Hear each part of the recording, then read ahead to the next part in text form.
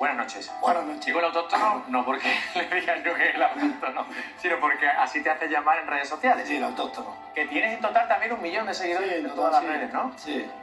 ¿Tú dónde vives? ¿A qué te dedicas? Yo vivo en Sierra de Gata, aunque soy jurdano de raza, de pura raza jurdano. Nací en Sierra de Gata y soy cabrero de toda la vida y ganadero.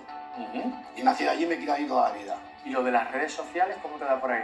Yo se lo hice un poco por reivindicar, no por reivindicar, porque siempre hemos estado mal mirados y como nadie nos mira a los autóctonos de verdad, a los del pueblo siempre han tenido, todo el que se dedica a la agricultura y ganadería parece ser que no sirve para nada, cuando es el pilar más fundamental de un país, la alimentación, pero siempre lo han tenido ahí olvidado, han saqueado durante siglos, porque es cierto, la agricultura y el ganadero siempre, el intermediario se ha llevado los productos a las grandes ciudades, a nosotros no nos han pagado una mierda, ellos están todos con Mercedes y nosotros como estamos.